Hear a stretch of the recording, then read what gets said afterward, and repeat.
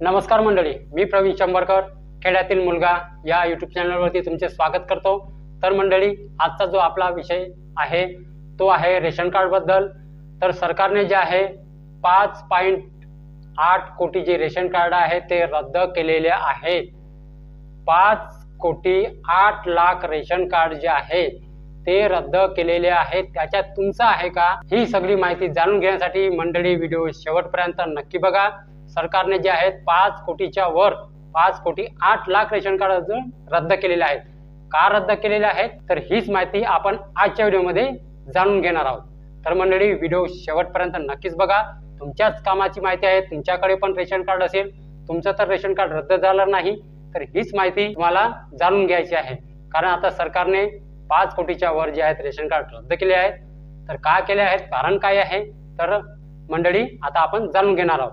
तर मंडळी, व्हिडिओ सुरू करण्याच्या अगोदर जर तुम्ही माझ्या चॅनलवरती पहिल्यांदा आला असाल तर चॅनलला सबस्क्राईब करून शेजारची जे बेल आयकॉन आहे त्याच्यावरती प्रेस करायला विसरू नका। तर चला मंडळी, आपला वेळ न वाया घालवता आपण व्हिडिओला सुरुवात करूया।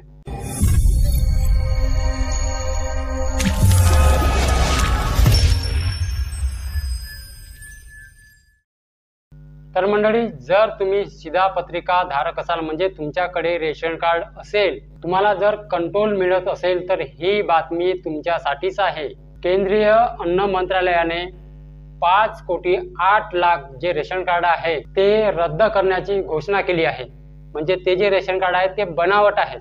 तर तुमचं बनावट आहे की नाही आहे तर आता आपण जाणून घेणार आहोत। तर मंडळी, तुम्ही स्क्रीनवरती बघू शकता, मी वाचून दाखवणार आहे तुम्हाला, तुम्ही पण बघा, कारण मी कधी खोटी माहिती आपल्या चॅनलवरती देत नाही।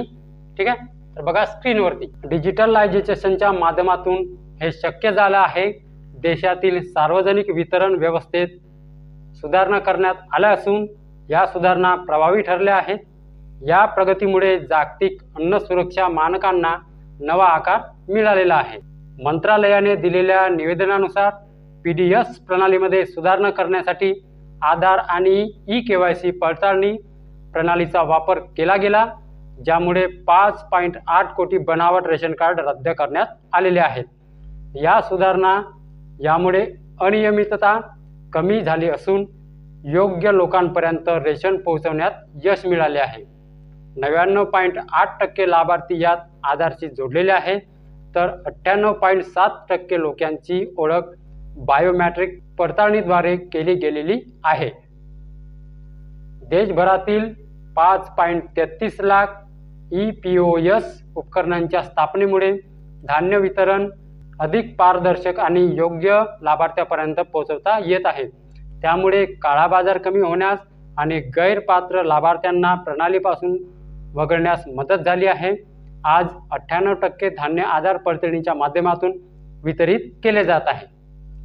ई-केवायसी कार्यक्रमांतर्गत पीडीएसचे 64% लाभार्थी आधीच सत्यापित केले गेलेले आहेत आणि उर्वरित लाभार्थ्यांची पडताळणी रेशन दुकानावरून सुरू आहे। सरकारने भारतीय खाद्य नियमच्या मदतीने अन्नधान्याच्या पुरवठ्याचे वेळोवेळी निरीक्षण करण्यासाठी एक प्रणाली विकसित केली आहे। यामुळे one nation one ration card योजनेच्या माध्यमातून देशभरात शिधापत्रिकांची पोर्टेबिलिटी शक्य झाली आहे, ज्यामुळे लाभार्थी देशात कुठेही रेशन मिळू शकतात।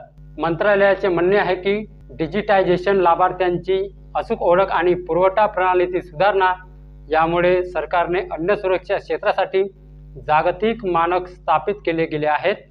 त्यामुळे बनावट कार्ड आणि चुकीच्या नोंदी नष्ट करून खऱ्या लाभार्थ्यांना योग्य रेशन वितरित करण्याचे सुनिश्चित करण्यात आलेले आहे। तर बघा मंडळी, मी मागे पण व्हिडिओ बनवलेला होता की तुम्ही रेशन कार्ड जे आहे त्यांची ई-केवायसी करून घ्या। तुमच्या आधार कार्डची जे आहे ते रेशन कार्डला जोडून घ्या। तुमच्या कुठे करता येणार आहे, मी मागे व्हिडिओ बनवलेला आहे, तरी पण पुन्हा एकदा सांगतो, तर तुम्हाला जेथून रेशन मिळते तिथेच जाऊन तुम्हाला आधार कार्ड घ्यायचं आहे।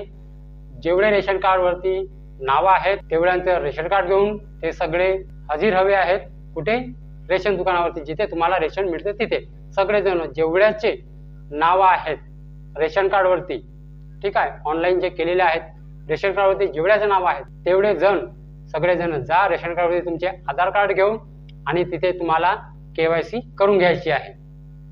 ठीक आहे, तर ही केवायसी केल्यानंतर तुमचे जे रेशन कार्ड आहे तुम्हाला धान्य मिळणे चालू राहणार आहे। अन्यथा जर तुम्ही ई-केवायसी नाही केली, ठीक आहे, डिसेंबर महिन्याच्या किती तारखेपर्यंत ते मला तारीख नक्की माहित नाही, त्या तारखेपर्यंत केवायसी करणे चालू आहे। सरकारने जे आहे ती तारीख जाहीर केलेली आहे। डिसेंबर महिन्यापर्यंत तुम्ही जे आहे तुमच्या रेशन कार्डची ई-केवायसी करून घ्या। म्हणजे तुमचा आधार कार्ड जे आहे तुम्हाला रेशन कार्डला जोडायचं आहे। ही कशासाठी होते? कोणी मृत पावलं असेल, ठीक आहे, कोणती मुलगी जर लग्न झालेले असेल तर तिचं नाव कोणी कमी करत नाही, त्यासाठीही तुम्हाला दरवर्षी ई-केवायसी करणे गरजेचे आहे। ठीक आहे, तर मंडळी हीच होती आजची माहिती। तर मंडळी माहिती समजली? जर समजली असेल आणि जर व्हिडिओ आवडला असेल तर व्हिडिओला एक लाईक करून माझ्या चॅनलला सबस्क्राईब करायला विसरू नका। चला मंडळी, अशीच नवनवीन माहिती घेऊन भेटूया आपण उद्याला। नमस्कार।